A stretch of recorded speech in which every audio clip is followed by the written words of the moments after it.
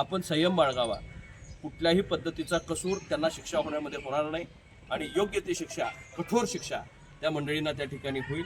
गावातील सर्व या ठिकाणी असणाऱ्या माझ्या माता भगिनी, वडीलधारी मंडळी, तरुण मित्रांना माझी विनंती आहे की शिरोली गावाचा लौकिक वाढवण्याच्या दृष्टिकोनातून आजपर्यंत आपण या ठिकाणी अतिशय चांगल्या पद्धतीची भूमिका सर्वांनी घेतली।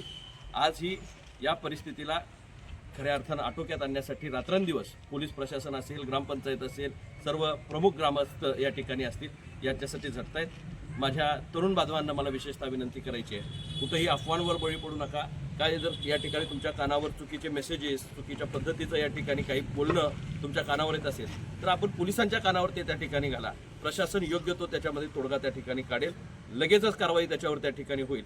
पण कायदा सुव्यवस्था बिघडेल असं कृत्य कुणीही या ठिकाणी करू नये, याची खबरदारी आपण सर्वांनी घ्यावी।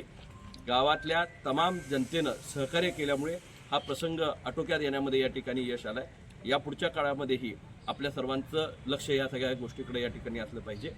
स्वतः मी मुख्यमंत्र्यांशी बोललोय, त्याचबरोबर असणाऱ्या राज्याच्या सर्व या ठिकाणी प्रमुख घटकांशी बोलणं माझं त्या ठिकाणी झालंय आणि मला निश्चित खात्री आहे की याच्यावर अतिशय कठोर कारवाई परत असं कुठं घडू नये याची खबरदारी या ठिकाणी प्रशासन त्यांच्या पद्धतीनं त्या ठिकाणी घेतंय।